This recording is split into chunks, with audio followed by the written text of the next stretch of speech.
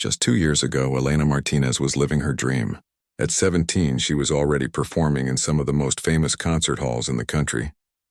Her fingers moved like magic across piano keys, creating music that made grown adults cry. People called her a prodigy, a musical genius who was born to play. Elena's parents, Rosa and Carlos, owned a small but successful restaurant in downtown Chicago. They weren't rich, but they had enough money to support Elena's musical career. Her piano lessons cost hundreds of dollars each month. Her performance dresses were expensive. Travel to competitions and concerts added up quickly, but her parents didn't mind. They were proud of their daughter and believed she would become famous one day. The Martinez family lived in a nice 2-bedroom apartment above their restaurant. Elena practiced piano for hours every day in their living room. Her younger brother Diego would sometimes sit quietly and listen, amazed by his sister's talent. Life was good. They had food on the table, a roof over their heads, and big dreams for the future. Elena's music teacher, Mrs. Peterson, always said she had never seen talent like Elena's. At just 19, Elena had already won 3 major piano competitions. Record companies were starting to notice her. There was talk of a recording contract and a tour across Europe. Everything seemed perfect, but life has a way of changing everything in just one moment. It was a rainy Tuesday evening in March. Elena was coming home from a late practice session at the music school. She was excited because she had just learned a new piece by Chopin, one of the most difficult pieces ever written. She couldn't wait to show her parents how well she could play it.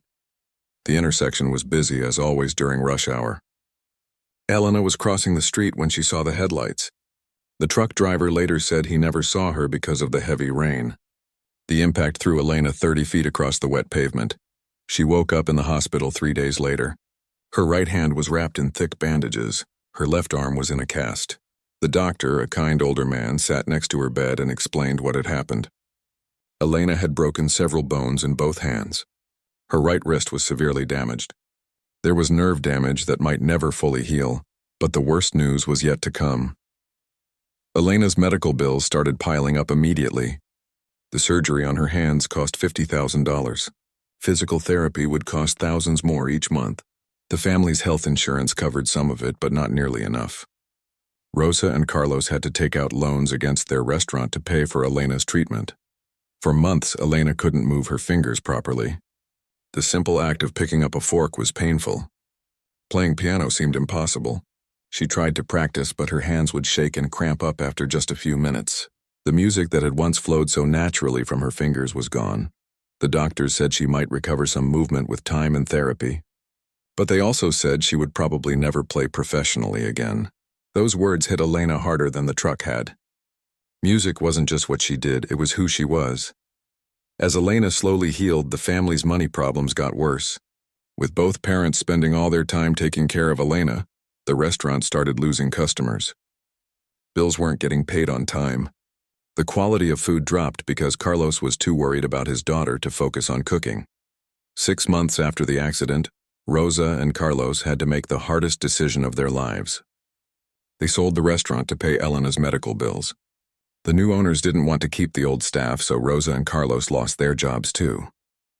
The apartment above the restaurant was part of the sale, so they had to move out.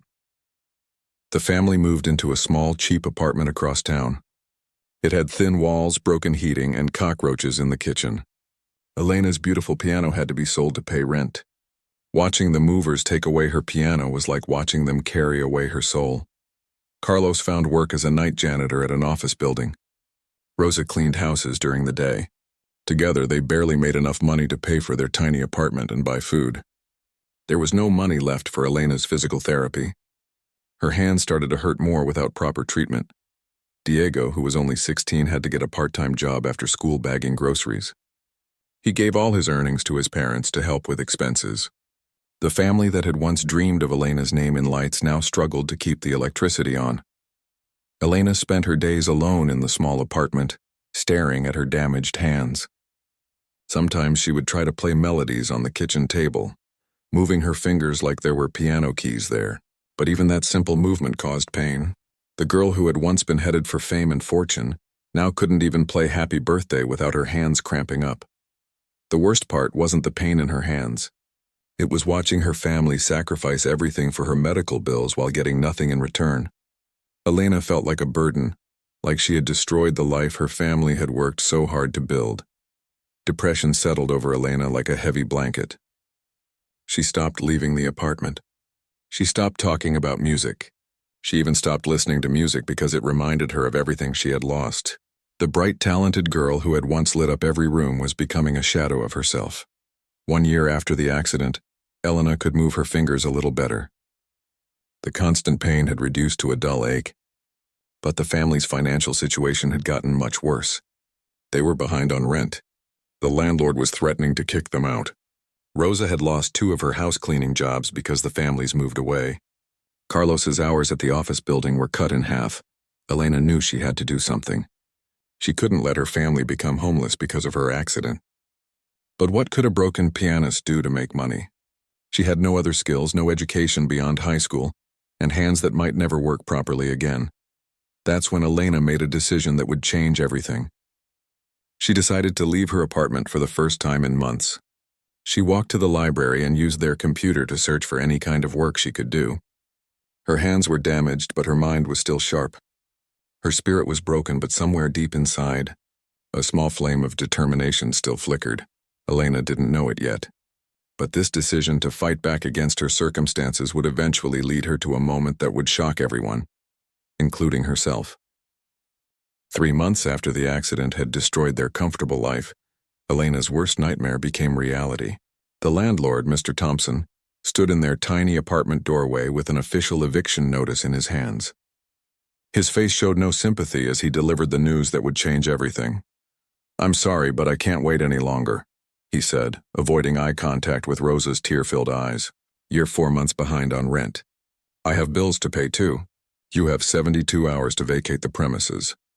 Rosa collapsed onto their old couch and began crying. She had known this day was coming, but hearing the words out loud made it feel like a death sentence. Carlos stood behind her, his hands shaking as he tried to process what this meant for his family. They had nowhere to go, no relatives who could help, and barely $50 in their bank account. Elena watched from her bedroom doorway, her damaged hands clenched into fists. The guilt crashed over her like a wave. This was all her fault. If she hadn't been crossing that street in the rain, if she had been more careful, if she hadn't needed those expensive surgeries, her family would still have their restaurant, their home, their dignity. Diego, now 17 but looking much older after months of stress, quietly began gathering his few possessions. He had already been sleeping on the floor because they had sold his bed to pay for groceries. The transition from furniture to sleeping on the ground had prepared him for what was coming next, even if he didn't want to admit it. The next 3 days passed like a blur of packing, crying, and desperate phone calls. Rosa called every shelter in the city, but they all had waiting lists months long. Carlos contacted old friends from the restaurant business, but most of them were struggling too. The economy was tough and nobody had extra space for a family of 4.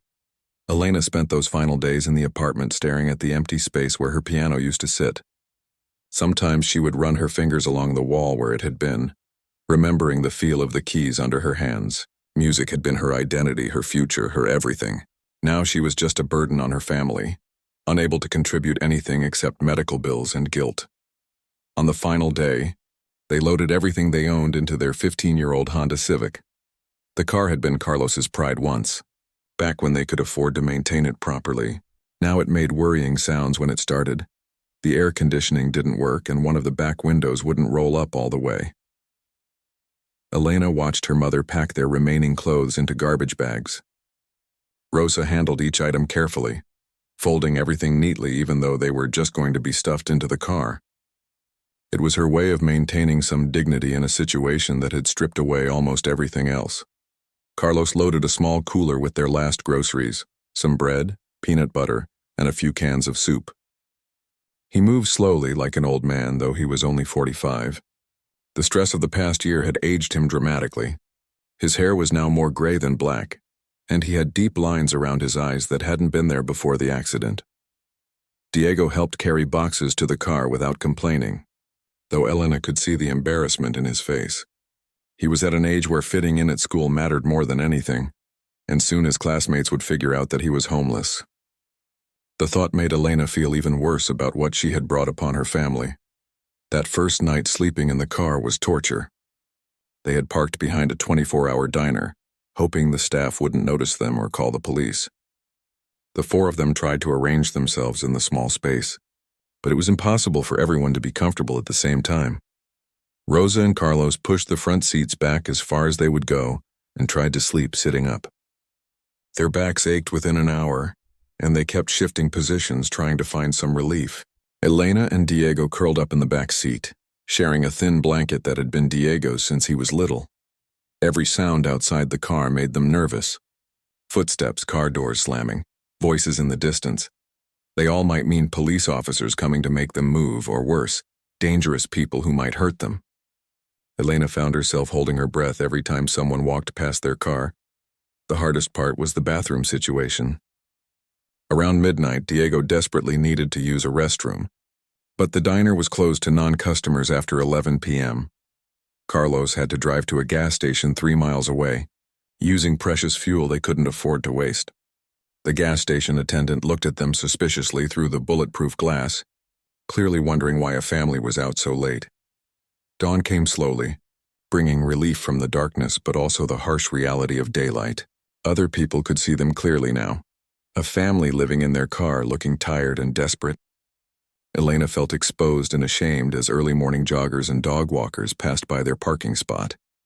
They drove to a different gas station to use the bathroom and wash their faces. The single restroom was dirty and smelled terrible, but it was the only privacy they had. Rosa tried to help Elena and Diego look presentable for school, but it was hard to maintain appearances when you were washing your face with hand soap in a gas station bathroom. Finding places to park and sleep became their biggest daily challenge.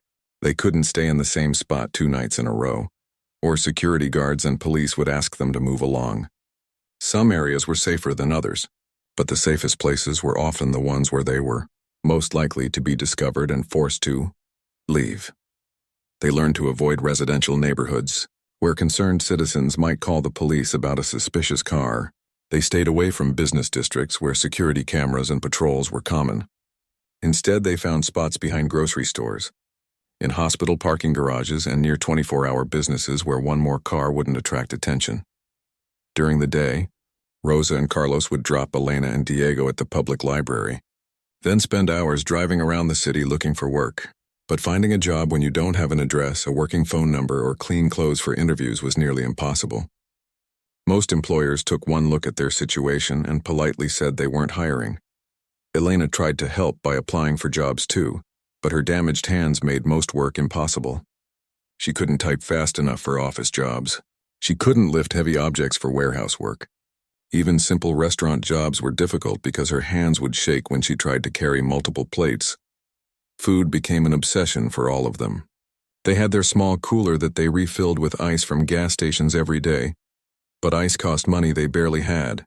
They bought the cheapest food possible: day-old bread, generic peanut butter, dented cans of soup that they ate cold because they had no way to heat them. Sometimes they would pool their money to buy one fast food meal and share it among the 4 of them. Elena would watch her parents give their portions to her and Diego, insisting they weren't hungry even though she could see how thin they were becoming. Diego was still going to school, though it was getting harder to hide their situation. He would get ready in public bathrooms, trying to make sure his clothes looked clean and his hair was combed. His grades started dropping because it was impossible to do homework in a car with no good light, and he was always tired from sleeping badly. Other homeless people began to recognize them and offered advice. An older woman named Betty showed Rosa where to find food pantries that gave away free groceries on certain days. A man called Joe taught Carlos about day labor sites where he could sometimes find construction, work that paid cash at the end of the day, but Elena also learned about the invisible wall that separated homeless people from everyone else. Store clerks watched them suspiciously when they bought food, as if they might steal something. Other customers would move away from them in checkout lines. People acted like homelessness was contagious, like they might catch poverty just by being too close. The worst moments came when they encountered people from their old life. One day, Rosa ran into a woman who used to eat regularly at their restaurant. The woman's face showed shock and pity as she realized what had happened to the Martinez family. Her awkward attempts at conversation made Rosa cry for hours afterward. After 2 months of living in the car, the family was falling apart physically and emotionally. Carlos had lost so much weight that his clothes hung loose on his frame. Rosa's hair was turning gray from stress, and she had developed a persistent cough from sleeping in the cold car. Diego was talking about dropping out of school to work full-time, which broke his parents' hearts. Elena's hands had actually improved slightly during this time. The stress and constant movement had increased her flexibility, and the pain was less severe than it had been right after the accident. Sometimes when her family was sleeping, she would practice finger exercises on her legs, pretending there were piano keys there. It was the only thing that gave her any comfort during those dark months. But improvement in her hands felt meaningless when her family was destroying themselves to survive. What good was being able to play piano if they were going to starve or freeze to death in their car? Elena began to think that maybe it was time to do something drastic, something that might either save them or destroy what little dignity they had left. After 3 weeks of practicing at the small cafe every evening, Elena's fingers were finally starting to remember what they used to do. The muscle memory was returning slowly, painfully, but it was there. She could play simple melodies without her hands cramping after just a few minutes. More importantly, she could feel music flowing through her again, even if it wasn't at the level she once performed at. But every small victory at the piano was overshadowed by watching her family fall apart a little more each day. Carlos had found some construction work that paid cash, but it was irregular and barely enough to buy gas and food. Rosa was cleaning houses when she could find work, but many potential employers wouldn't hire someone without a permanent address. Diego was getting thinner by the week, and Elena could see him struggling to stay awake during the day. The breaking point came on a cold Tuesday evening in November. They had parked behind a grocery store for the night, trying to stay warm under every blanket and jacket they owned. Diego had been quiet all day, which wasn't like him. Finally, he spoke up from the back seat. "I think I should drop out of school," he said quietly. "I could get a full-time job, help bring in more money." The words hit Elena like a physical blow. Diego was smart, talented, and had dreams of going to college someday. If he dropped out now, those dreams would probably die forever. All because Elena had been careless crossing a street in the rain. All because her medical bills had destroyed their family's finances. "No," Rosa said firmly, turning to face her son. "Education is the only way out of this situation. You are not dropping out." "But Mama, we need the money," Diego argued. "I could work at the warehouse where they hire people without asking too many questions. I could make $300 a week." Carlos was quiet for a long moment before speaking. "Son, your mother is right. If you drop out now, you might never get another chance. We'll find another way." But Elena knew there was no other way, not with the skills they had in their current situation. That's when her crazy plan started forming into something concrete. She had been walking past Romano's Italian restaurant for weeks, always stopping to stare at that beautiful grand piano through the window. Romano's was located in the heart of the theater district, surrounded by expensive boutiques and luxury hotels. The building itself looked like it had been designed to impress, with large windows, elegant lighting, and a doorman who helped customers out of their expensive cars. Through those windows, Elena had watched well-dressed people enjoying meals that probably cost more than her family spent on food in a week. But it was the piano that drew her attention every single time. It was a stunning black Steinway grand piano, positioned perfectly in the corner of the main dining room where everyone could see it. Night after night, Elena had pressed her face against the cold glass and watched that piano sit silent and untouched. It was obviously expensive and well-maintained. She could see the shine on its surface even from the sidewalk. But in all her weeks of observation, she had never once seen anyone play it. It was just decoration, a beautiful piece of furniture that added elegance to an already elegant restaurant. The idea had been growing in Elena's mind for days, but she had pushed it away as too crazy, too risky, too humiliating. But watching her 17-year-old brother talk about throwing away his future to help support the family made something snap inside her. Elena started studying Romano's more carefully, timing her walks to learn the restaurant's schedule. The dinner rush began around 6 o'clock when business people finished work. By 7:30, every table seemed full, with well-dressed couples and families enjoying expensive Italian food and wine. She noticed that the staff all looked professional and well-paid. The waiters wore crisp white shirts with black bow ties, and they moved through the dining room with the confidence of people who worked at a high-end establishment. There was a tall manager in an expensive suit who walked around checking on customers, making sure everything met his high standards. The restaurant stayed busy until around 9 o'clock when the crowd began to thin out slightly. But people continued coming in for late dinners and drinks until closing time at midnight on weekends. This was clearly a successful business that catered to wealthy customers who expected the best of everything. Elena also observed the customers carefully. These were people who drove expensive cars and wore jewelry that probably cost more than her family's old Honda. The women carried designer purses, and the men wore watches that gleamed with gold and diamonds. Everyone looked like they belonged to a world that Elena's family had been kicked out of, but that piano kept calling to her. Every time she walked past Romano's, she imagined sitting at that beautiful instrument and letting her fingers dance across its keys. She could almost hear how amazing it would sound in that elegant dining room, how the music would fill the space and touch the hearts of everyone who heard it. The plan that formed in Elena's mind was simple and terrifying. She would walk into Romano's during the busy dinner hour and ask the manager if she could play the piano in exchange for food. Not money, she knew they would never pay cash to a homeless girl, but food for her family, a real meal that would fill their stomachs and give them energy to keep looking for work.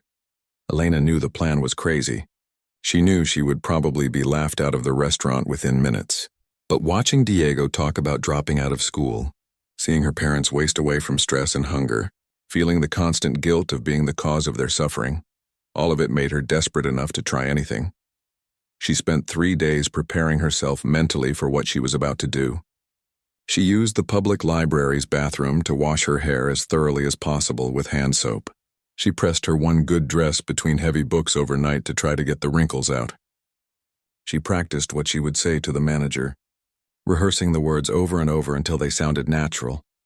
The dress was a simple black one that she used to wear to piano lessons back when her life was normal. It was too big for her now.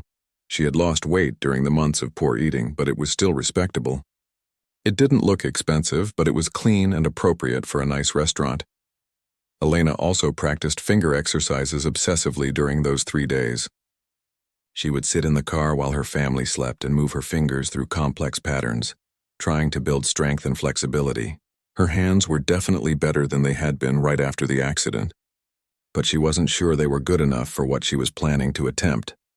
On Saturday evening, Elena told her family she was going for a walk. She needed to do this alone, without them watching and worrying about her. If she failed, if she was humiliated and thrown out of Romano's, she didn't want them to witness it. "Don't go too far, mija," Rosa called after her. "It's getting dark and this isn't the safest neighborhood." Elena promised to be careful, though safety was the least of her worries. She was about to risk everything on one desperate gamble that would either help save her family or destroy what little dignity they had left. As she walked toward Romano's, Elena's heart began beating faster with each step. The restaurant's warm lights looked inviting from the outside, but she knew that invitation wasn't meant for people like her. Through the windows, she could see that every table was full, with waiters moving efficiently between customers who looked relaxed and happy. The piano sat in its usual spot, silent and ignored. Elena wondered if anyone in that dining room had ever wished they could hear it played. Maybe they would welcome her music. Maybe they would appreciate having live entertainment with their expensive meals. But more likely, they would see her as an intrusion, a reminder of the outside world's problems that they were paying good money to escape from. Elena stood outside Romano's for almost 15 minutes, gathering courage and trying to quiet the voice in her head that kept telling her this was a terrible idea. She thought about Diego's thin face and his talk of dropping out of school. She thought about her parents' aging years in just months, about sleeping another night in that cold car, about the empty feeling in her stomach that had become so constant she barely noticed it anymore. Finally, Elena took a deep breath and pushed open Romano's heavy glass door. Warm air rushed over her face, carrying the incredible smells of garlic, fresh bread, and simmering tomato sauce. Her stomach growled so loudly she was embarrassed, but the sound was covered by the conversations and clinking dishes around her. The hostess was a young woman about Elena's age, perfectly made up and wearing expensive jewelry. She looked Elena up and down with obvious disapproval, taking in her worn dress and nervous expression. "Do you have a reservation?" the hostess asked in a tone that clearly indicated she knew the answer. Elena's carefully rehearsed speech suddenly vanished from her memory. Standing in this elegant restaurant, surrounded by wealthy people and intimidating staff, she could barely remember why she had thought this plan might work. "Actually," Elena managed to say, her voice much quieter than she intended, "I was hoping to speak with the manager." The hostess's eyebrows raised in surprise. "About what?" This was it. The moment of truth. Elena could still turn around and walk away, go back to her family with nothing but at least without the humiliation that was probably coming. The hostess stared at Elena for what felt like an eternity, her perfectly glossed lips forming a small circle of surprise. Then slowly, that surprise transformed into something much worse, amusement. She covered her mouth with her manicured hand, but Elena could see the laughter building behind her eyes. "Wait here," the hostess said, her voice already carrying hints of the entertainment she was about to provide for her co-workers. "I need to get the manager for this." As the hostess walked away, her heels clicking sharply on the marble floor, Elena heard her whisper to a passing waiter. The waiter's head turned toward Elena, and she watched his expression change from curiosity to barely contained laughter. Within seconds, he was whispering to another server, and Elena could feel the ripple of amusement spreading through the restaurant staff like wildfire. Elena stood frozen near the entrance, suddenly aware of how out of place she looked. Her black dress, which had seemed respectable in the library bathroom mirror, now felt shabby and obvious next to the designer clothes of Romano's customers. The shoes she had tried so hard to clean still showed their age, and she was painfully conscious of the small holes she had tried to hide. A busboy carrying a tray of dishes walked past her, and she heard him mutter under his breath just loud enough for her to catch. "Street musicians. They think they can just walk into any place these days." The comment hit Elena like a slap. Street musician. Is that what she looked like to them? Someone who played for coins on sidewalks? Not someone who had once graced the stages of world-famous concert halls. The manager appeared from the back of the restaurant, and Elena recognized him immediately as the tall, well-dressed man she had watched through the windows during her weeks of observation. Up close, he looked even more intimidating. His expensive suit was perfectly tailored, his gray hair was styled with precision, and he wore a watch that probably cost more than Elena's family had made in their restaurant's best month. "I'm Anthony Romano," he said, his voice carrying the authority of someone who owned this successful establishment. "Tina tells me you have some kind of request about our piano?" The way he said request made it sound like something distasteful, something that had interrupted his important evening routine. Elena could feel other staff members gathering nearby, pretending to work while obviously listening to see what would happen next. "I was wondering if I could play for your customers," Elena said, trying to keep her voice steady, "in exchange for food for my family." The words hung in the air like a confession of failure. Elena watched Mr. Romano's face process what she had just said, saw the exact moment when understanding dawned and transformed into something that looked dangerously close to mockery.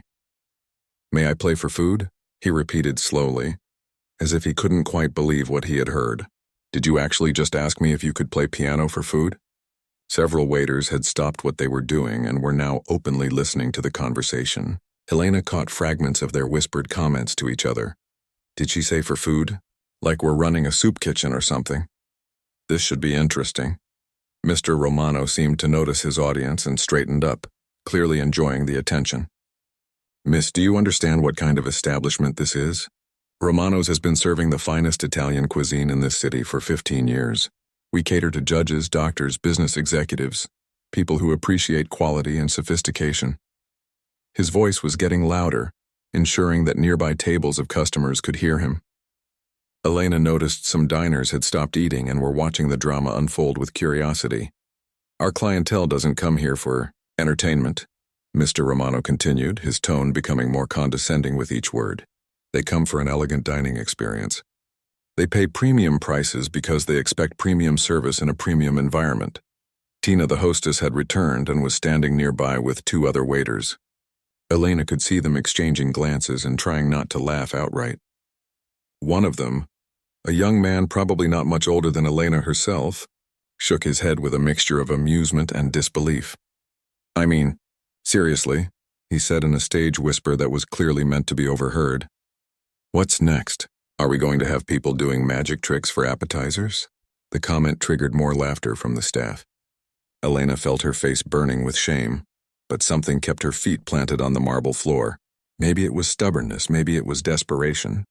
Or maybe it was the memory of Diego's hollow cheeks and tired eyes.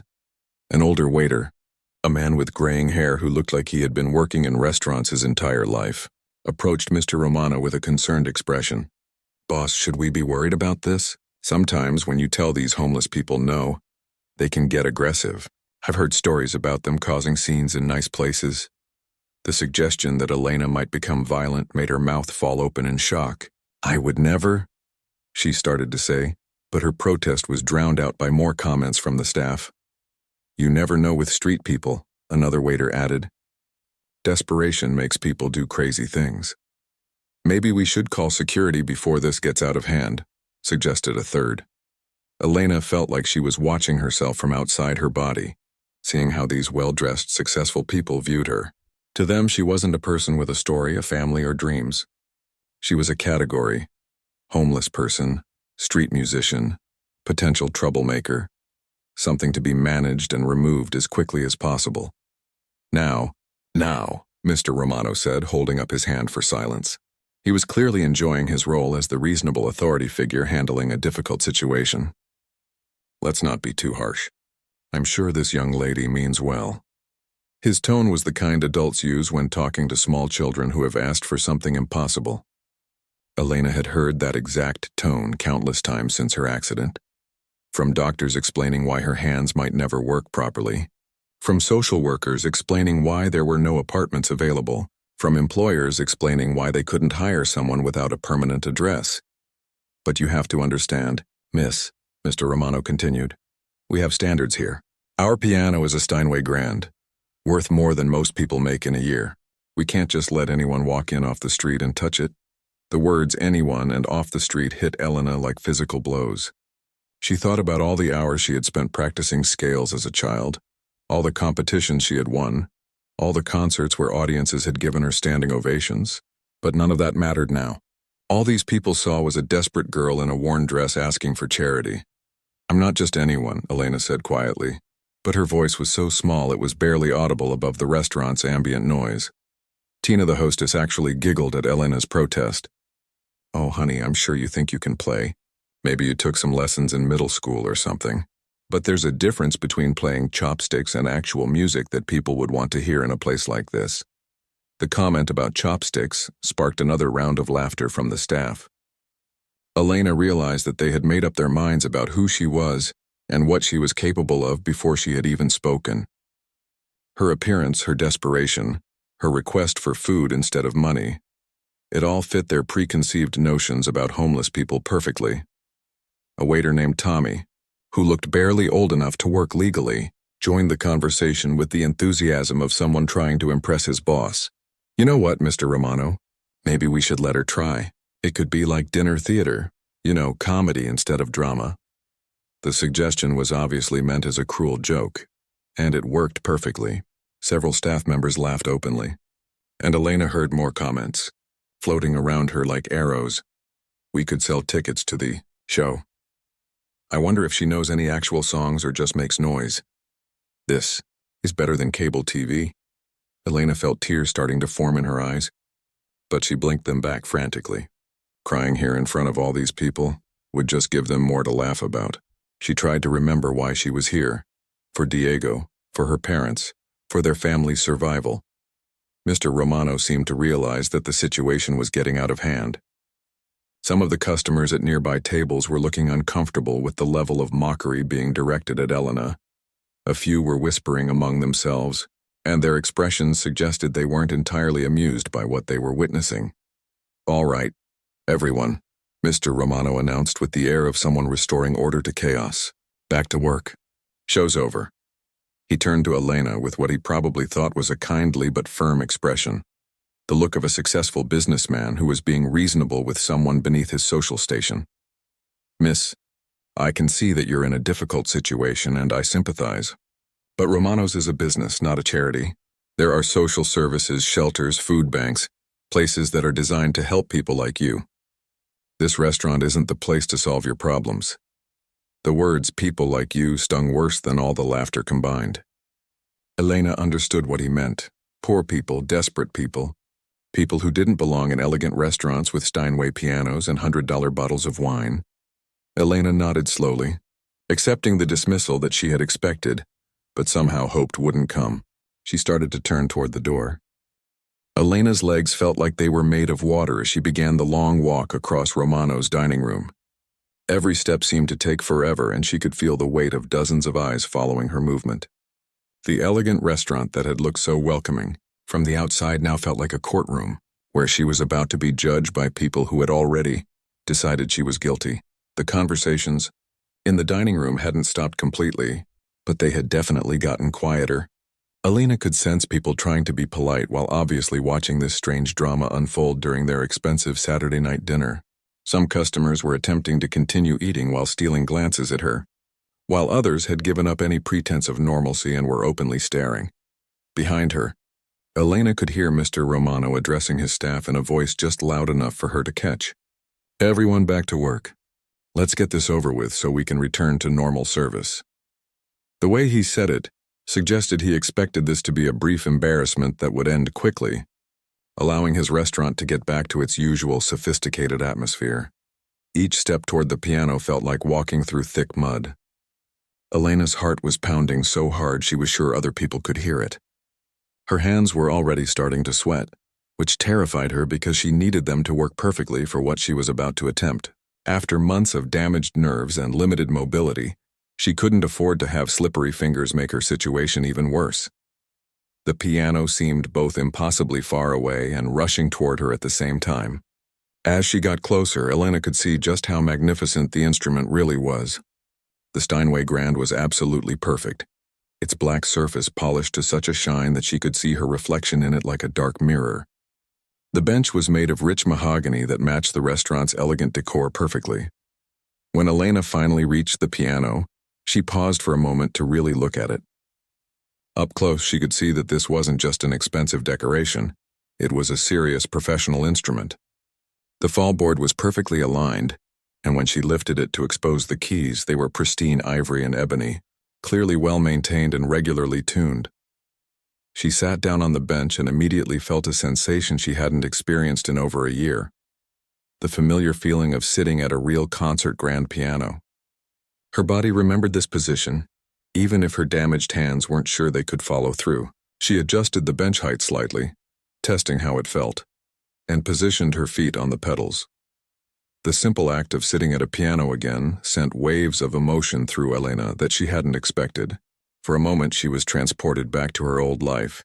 The music lessons, the competitions, the concerts where audiences hung on every note she played. But she quickly pushed those memories away. This wasn't about the past. This was about survival, about her family's future, about proving that she was more than what these people thought she was. Elena lifted the piano's lid to expose the strings inside. The sound of the lid opening resonated through the restaurant with a deep, rich tone that made several nearby conversations pause completely. She could see in the reflection on the piano surface that people were definitely paying attention now. Some had turned their chairs to get a better view of what was happening. Her hands hovered over the keys, and for a terrifying moment, Elena wondered if she had made a catastrophic mistake. What if her damaged hands couldn't do this anymore? What if the months of sleeping in cars and eating poorly had affected her coordination more than she realized? What if she really had lost her gift forever, and she was about to prove it in front of all these people? Elena flexed her fingers gently, testing their movement and flexibility. There was still some stiffness and the familiar dull ache that had been with her since the accident, but they responded better than they had in months. The weeks of practice at the small cafe had helped more than she had dared to hope. She wasn't at her old level, she might never be again, but maybe she was good enough for this moment. The question that terrified her most was what she should play. Elena's first instinct was to choose something safe and simple. Maybe a gentle piece by Bach or a popular song that everyone would recognize. Something pretty but not too challenging, so if she made mistakes, people would just shrug and get back to their dinners. But then she thought about Diego's thin face when he talked about dropping out of school. She thought about her parents' aging years in just months, about all the nights they had slept cramped together in that cold car, sharing thin blankets and empty stomachs. This wasn't the time to play it safe. This was the time to risk everything. Elena made a decision that surprised even herself. She was going to play Chopin's Ballade No. 1 in G minor, one of the most technically demanding and emotionally complex pieces in all of classical piano literature. It was the piece she had been practicing on the night of her accident, the piece she had been excited to show her parents before her world fell apart. It was also a piece that would prove, beyond any shadow of doubt, whether she was the street musician they thought she was or something else entirely. If she could pull this off, there would be no question about her abilities. If she failed, the failure would be spectacular and complete. Elena positioned her hands over the keys and took a deep breath. She could feel the restaurant's attention focused on her like a spotlight. Behind her, she sensed Mr. Romano and his staff waiting to see what would happen, probably expecting her to stumble through a simple melody before giving up in embarrassment. The opening of Chopin's Ballade No. 1 is deceptively gentle, a questioning, almost hesitant melody that begins softly and builds gradually, but Elena knew that anyone in the restaurant who really understood music would recognize it immediately as one of Chopin's greatest masterworks, a piece that challenged even professional concert pianists. Elena pressed the first note, and the pure, clear sound that came from the Steinway was like magic. The piano was perfectly tuned and incredibly responsive. Even that single note carried better and with more richness than anything she had produced in over a year. The sound seemed to fill every corner of the elegant dining room, and Elena felt a shiver run through her body as muscle memory began to take over. The opening melody began to flow from her fingers with surprising ease. The gentle, contemplative theme that Chopin had written almost 200 years ago filled Romano's restaurant with its timeless beauty. Elena's hands, despite their damage and months of inactivity, seemed to remember exactly what to do. She could sense an immediate change in the atmosphere behind her. The conversations didn't just get quieter, they stopped completely. The clinking of silverware against expensive plates ceased entirely. Even the sounds from the kitchen seemed to fade away. Elena couldn't see her audience, but she could feel their attention like a physical presence, heavy and focused and completely different from the mocking amusement of just minutes before. The first section of the ballade continued to unfold, each note clear and purposeful. Elena's right hand carried the melody, while her left hand provided gentle, supporting harmonies. Her fingers were warming up now, becoming more flexible and responsive with each measure. The chronic pain was still there, but it was manageable, pushed aside by her intense focus and the pure joy of making music again. As the piece progressed, Elena began to relax into the performance. This was what her body had been trained to do through years of disciplined practice before the accident. This was who she really was, underneath the worn clothes and desperate circumstances. For the first time in months, Elena felt like herself again. Not a burden, not a victim, not a charity case, but a musician. The first theme of the ballade came to its gentle conclusion, and Elena paused for just a moment in the natural breathing space that Chopin had written into the music. In that brief silence, she heard someone at a nearby table whisper very quietly, "Oh my God, that's Chopin." Another voice, equally quiet but filled with recognition, said, "She actually knows what she's doing." Elena allowed herself a small smile and began the second section of the piece. This is where the ballade begins to reveal its true complexity and emotional depth. The melody becomes more passionate and urgent. The technical demands increase dramatically. This was the part that would either prove her abilities beyond question or expose the limitations of her damaged hands. Her hands responded beautifully, better than she had dared to hope. The months of careful practice, the gradual rebuilding of strength and coordination had paid off more than Elena had imagined possible. The music poured out of her with increasing confidence and power, but Elena wasn't just playing the notes written on the page. She was pouring her soul into every phrase, every harmony, every subtle dynamic change. Every moment of pain from the past year, every night of hunger, every day of watching her family suffer, all of it was going into the music. The ballade was becoming the story of her family's journey from success to desperation, to this moment of desperate hope. Behind her, Romano's restaurant had become completely silent except for the piano. Elena could sense that something extraordinary was happening, that this performance was affecting people in ways she hadn't expected. But she couldn't think about the audience now. She had to stay focused on the music, on making her damaged. As Elena's fingers moved deeper into Chopin's ballade, something truly magical began to happen in Romano's restaurant. The piece was building in both intensity and complexity, and Elena's playing was becoming more confident and powerful with each passing measure. Her hands, which had been damaged and weak for so long, were responding like they remembered not just their old strength, but their purpose. The technical passages that would challenge even seasoned professional pianists were flowing smoothly under Elena's fingers. Her left hand maintained intricate, steady rhythms while her right hand soared through elaborate melodies that seemed to dance in the air above the piano. Every note was crystal clear and perfectly placed, filling every corner of the restaurant with sound that was both technically flawless and deeply emotional. Elena could feel the profound change in her audience without needing to look at them. The silence behind her was now complete, but it wasn't the uncomfortable quiet of people waiting for an embarrassment to end. This was the kind of reverent silence that occurs when people witness something they know is extraordinary, something they will remember for the rest of their lives. At table 7, a woman named Patricia Chen sat with tears streaming down her cheeks. She was a high school music teacher who had attended hundreds of piano recitals over her 20-year career. She had heard talented students, dedicated amateurs, and even some professional performers, but she had never ever heard anyone play with such a perfect combination of technical mastery and raw emotional power. Every note seemed to carry the weight of real human experience, real pain and real hope. 3 tables away, a businessman named Robert Williams had completely forgotten about the important client he was supposed to be impressing. His expensive meal sat untouched and growing cold as he watched Elena's hands move across the keys with precision that seemed almost superhuman. Robert had studied piano as a child and knew exactly how difficult this piece was. Most pianists would struggle just to play the notes correctly, but this unknown girl was performing it with an artistry that took his breath away.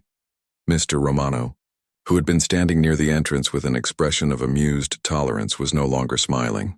His face had gone pale as he began to understand that this wasn't some amateur attempting to play above her skill level. This was a master musician performing one of the most challenging pieces in the entire classical repertoire, and performing it at a level that most professional pianists could only dream of achieving. The hostess, Tina, who had been laughing at Elena just minutes earlier, now stood frozen near the front desk. She had never heard live classical music before, and had never understood what people meant when they talked about music being moving or transcendent. But even with no musical training whatsoever, she could tell that something incredible was happening. The music seemed to reach directly into her chest and touch something she didn't even know existed there. In the kitchen, head chef Antonio Rossi had turned off all the burners and walked to the doorway to listen. His entire staff had stopped cooking and were standing behind him with their mouths open in amazement. Antonio, who had grown up in Italy surrounded by opera and classical music, whispered to his sous chef in Italian, then translated, "She is not just playing the notes, she is telling a story with her soul." Elena reached the development section of the ballade, where Chopin demands that the pianist juggle multiple independent melodies and complex harmonies simultaneously. This is the part that separates competent pianists from true artists, where technical skill must combine with deep musical understanding to create something that transcends mere performance. Elena's hands moved with complete independence, each finger doing exactly what it needed to do to create layers of sound that built upon each other like a musical cathedral. Her damaged right hand, the one doctors had said might never work properly again, was flying through passages that required perfect coordination, strength, and sensitivity. The nerve damage that had ended her career seemed to have vanished, at least for these precious moments. A young couple at table 12 had stopped eating entirely. The woman, Lisa, was gripping her boyfriend's hand so tightly that her knuckles had turned white. Neither of them had ever heard live classical music before tonight, but they both knew instinctively that they were witnessing something special. Later, Lisa would tell her friends that it felt like the music was rearranging something fundamental inside her heart. The waiters who had been making cruel jokes about Elena were now standing completely motionless, their faces serious and filled with a mixture of amazement and shame. Tommy, the young waiter who had suggested letting Elena play for entertainment value, felt physically sick as he realized what they had all been mocking. They had been making fun of someone whose talent was so far beyond anything they could comprehend that they hadn't even recognized it. Elena approached the recapitulation, where the opening theme returns but completely transformed by everything that has come before it. In Chopin's ballad, this section represents a kind of musical rebirth, where familiar melodies take on entirely new meaning and power. As Elena played these transformed themes, it felt like her own story unfolding in real time, the talented girl who had fallen so far and was now perhaps finding her way back to who she really was. Her performance had become much more than just technically perfect playing. Elena was pouring her entire life story into Chopin's music. Every note carried her family's struggles, her own pain, her months of desperation, and her fierce determination to survive. The audience could feel this even if they couldn't put it into words. They were witnessing someone transform their deepest suffering into something beautiful and transcendent. The dramatic climax of the ballad was approaching. The section where Chopin demands absolutely everything a pianist has to give. Elena's hands were aching now from the sustained intensity, but she pushed through the discomfort with sheer force of will. This was the moment that would determine whether her comeback was real or just a brief, impossible dream. The climactic section erupted under Elena's fingers with breathtaking power and passion. Her hands moved in perfect coordination, creating thunderous chords and lightning-fast scales that seemed impossible for someone who had been unable to play properly for over a year. The sound filled Romano's restaurant like a musical storm, overwhelming and beautiful and absolutely electrifying. Behind her, several people were openly weeping now. Dr. Harold Peterson, a retired music professor who was dining with his wife, had his hands pressed to his mouth in pure amazement. He had heard this piece performed by some of the world's greatest pianists in the most famous concert halls, but never with such raw emotional intensity. This unknown girl was playing like her very life depended on it, because it did. Even the customers who knew nothing about classical music could sense that they were witnessing something extraordinary. Conversations at every table had stopped completely. Waiters stood frozen with trays in their hands. The entire restaurant had become a concert hall, with every person present serving as witness to a moment of pure musical magic. Elena reached the final section of the ballade, where Chopin brings all the themes together in a moment of transcendent beauty, before building to the dramatic conclusion. Her damaged hands, which had caused her so much pain and worry over the past year, were working with perfect precision. Every note was exactly where it should be, every phrase shaped with the skill and sensitivity of a master musician. The restaurant was so quiet now that the only sounds were Elena's fingers on the keys and the occasional sharp intake of breath from someone in the audience who was moved beyond words. No one was eating, drinking, or even shifting in their chairs. They all understood instinctively that they were witnessing something that would stay with them forever. A moment when incredible talent emerged from the most unlikely circumstances imaginable. As Elena prepared for the final, crushing chords that bring Chopin's ballade to its powerful conclusion, she could feel the electricity in the air behind her. She knew, without looking, that she had succeeded beyond her wildest hopes. Whatever happened next, she had proven something vitally important to her audience, to herself, and to anyone who would ever doubt that talent and dignity can survive even the worst circumstances life can throw at a person. The last section was building now, demanding every ounce of strength and skill Elena possessed. Her hands rose above the keys, preparing for the final, decisive moments that would determine not just whether she had succeeded in this performance, but whether she had truly found her way back to the person she was meant to be. The ending of Chopin's Ballade No. 1 is both triumphant and devastating, requiring the pianist to channel years of training into just a few final perfect moments.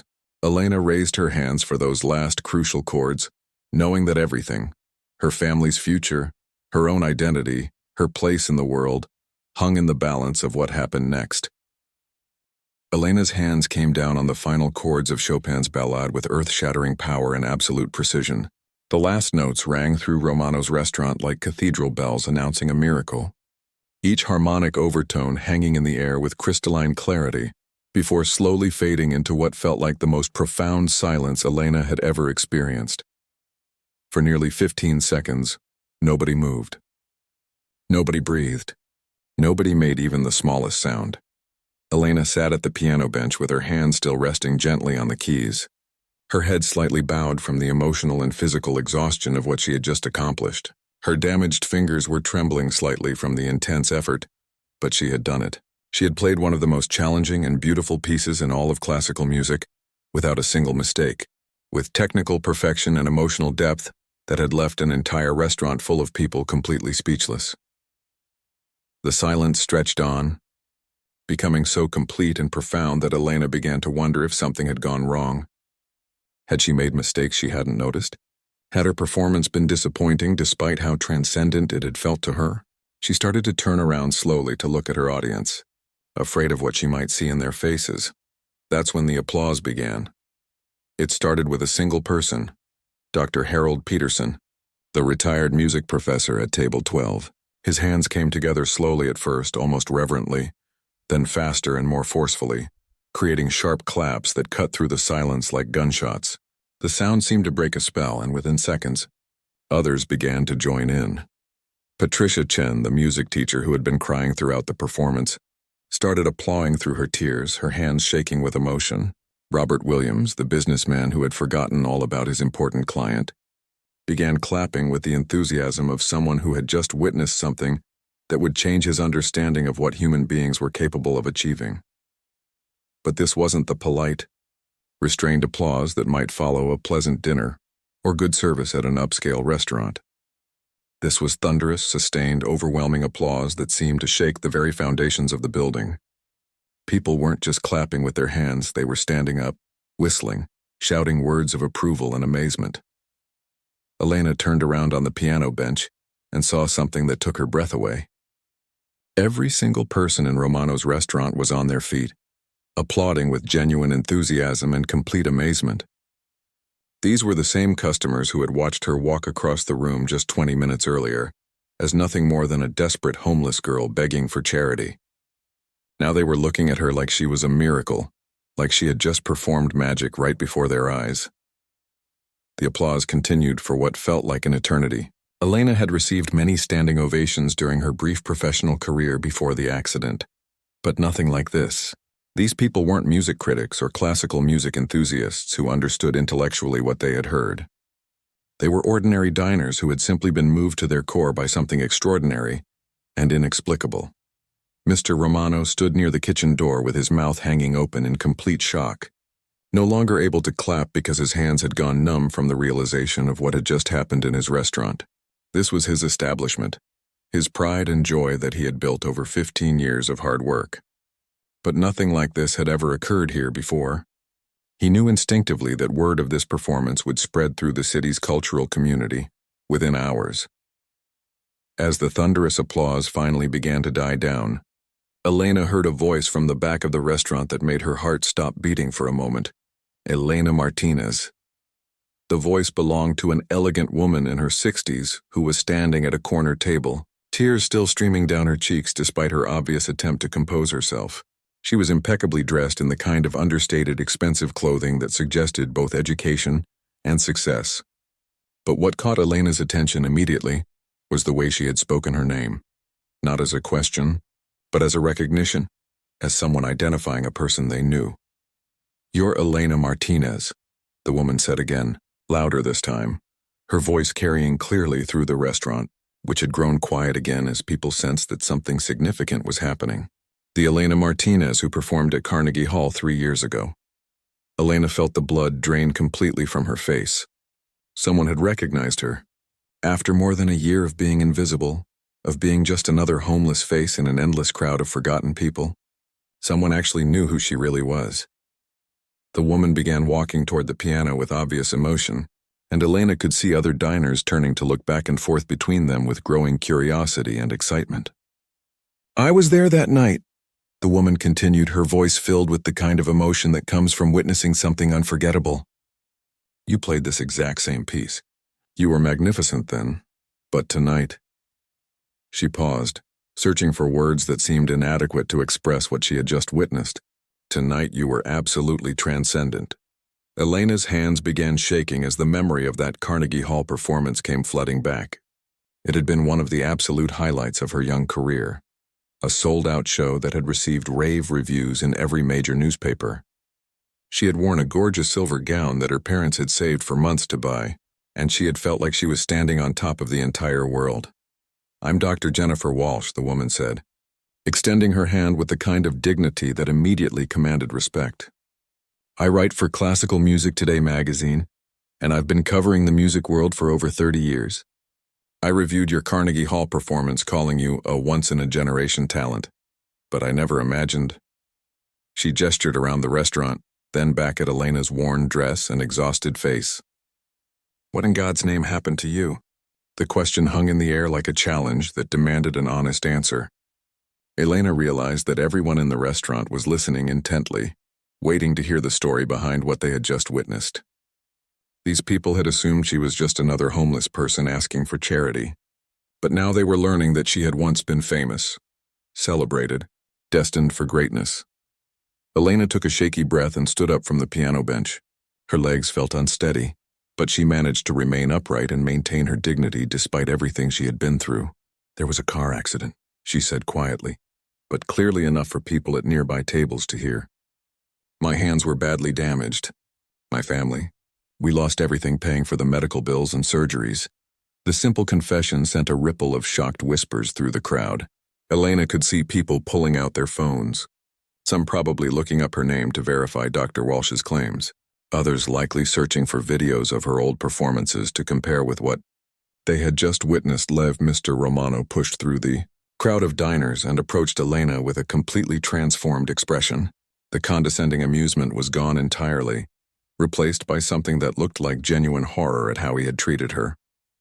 "Miss Martinez," he said formally, his voice carrying the weight of someone who understood that he had made a terrible mistake. "I owe you the most sincere apology imaginable." "If I had known who you were." But Elena shook her head firmly, her voice stronger now than it had been all evening. "You shouldn't have to know who I am to treat me with basic human dignity," she said, looking directly into his eyes. "I asked for the same thing tonight, whether I was Elena Martinez, the famous pianist, or Elena Martinez, the homeless girl. The only thing that changed was your perception of my worth as a human being." Her words caused another wave of uncomfortable murmurs to sweep through the restaurant.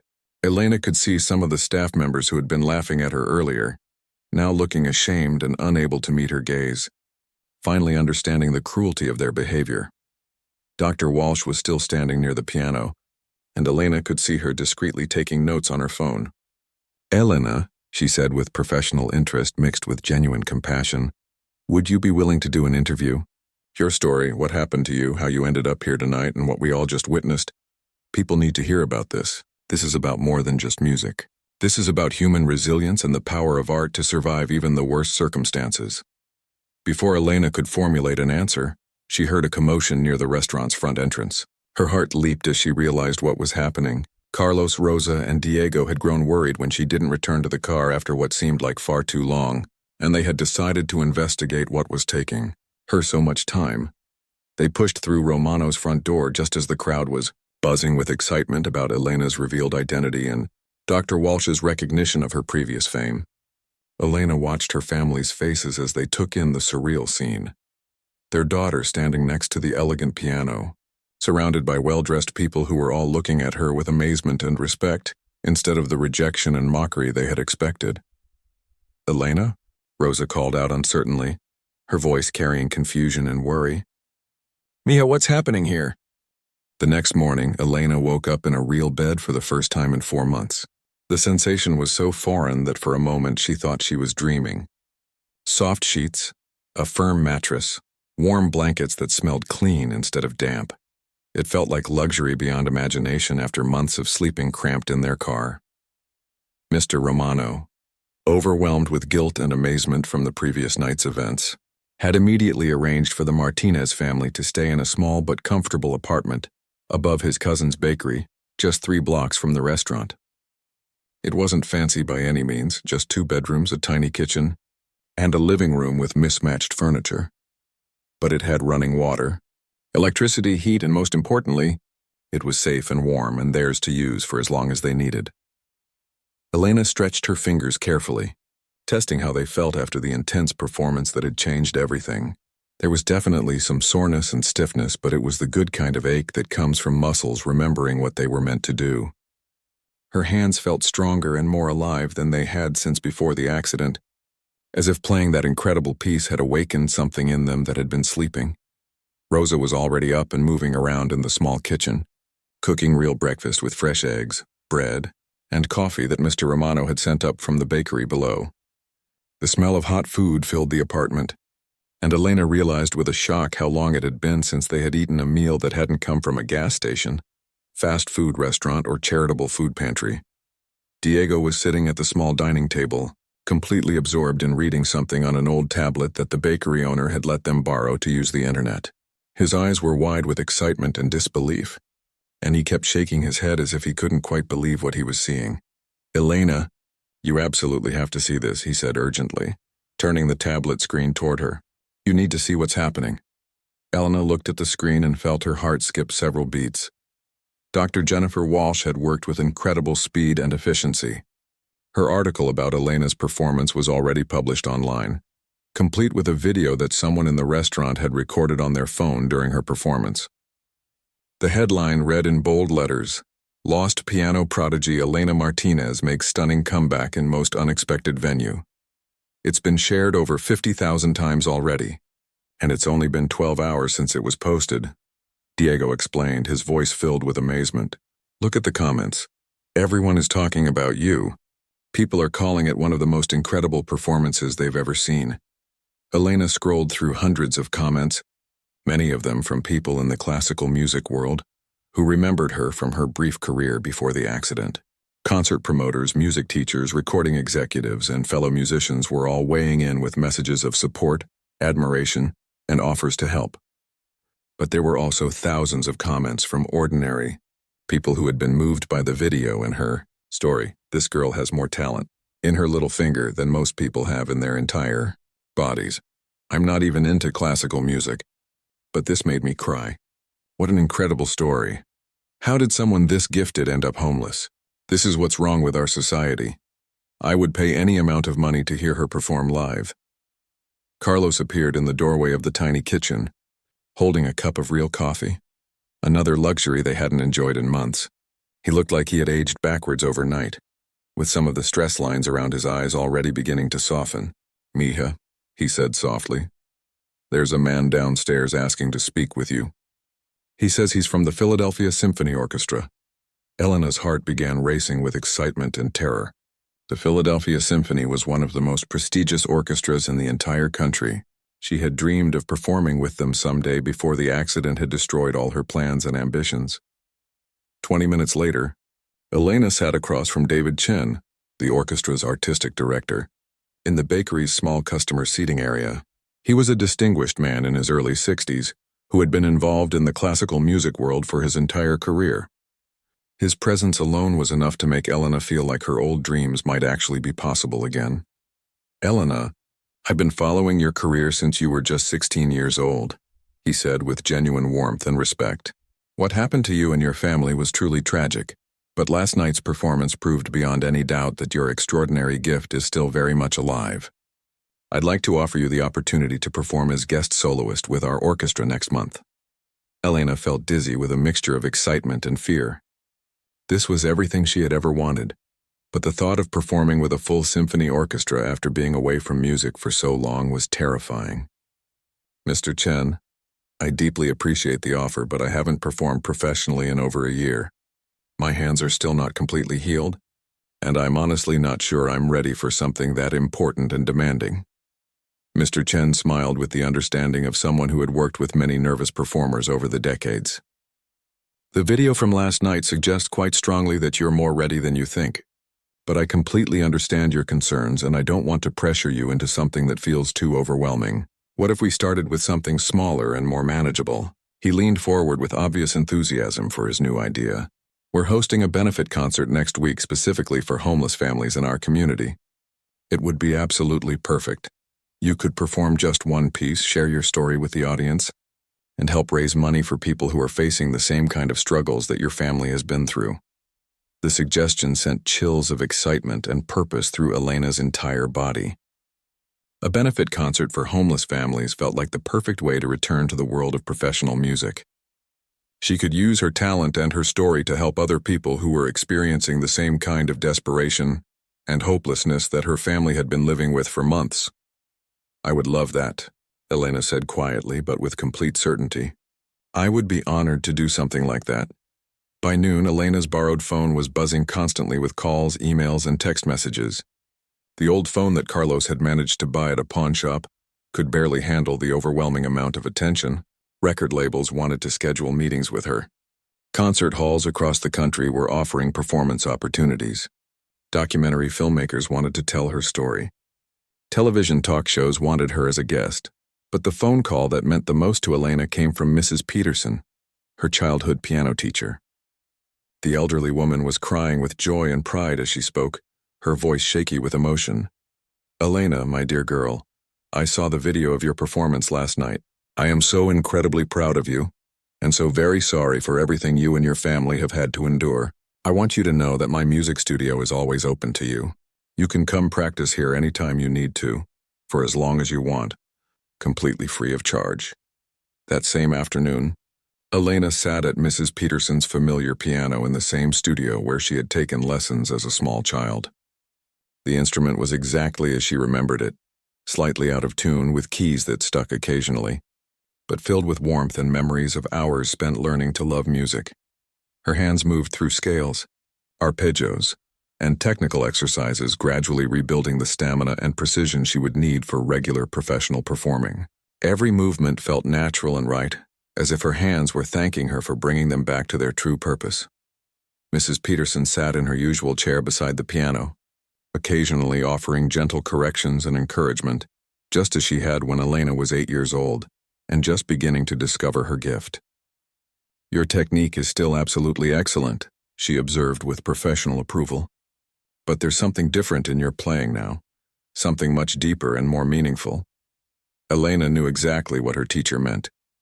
The music she created now carried the weight of real-life experience: loss, struggle, desperation, hope, and hard-won wisdom.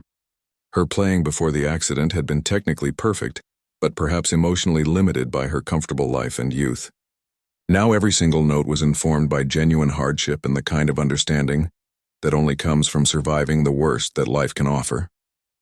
3 weeks later, Elena walked onto the stage of the Kimmel Center for her first official performance since the accident that had changed everything. She wore a simple but elegant black dress that Dr. Walsh had helped her purchase, with advance payment from magazine interviews and endorsement, deals that were already beginning to materialize. Her family sat in the front row of the sold-out auditorium, tears of pride and relief already streaming down their faces before she had played even a single note. The benefit concert had attracted people from all walks of life: classical music lovers, curiosity seekers drawn by her story, and many people who had been homeless themselves and understood the struggles her family had faced. As Elena sat at the beautiful concert grand piano and adjusted her position, she thought about everything that had led to this moment: the accident that had seemed to destroy her life, the financial ruin,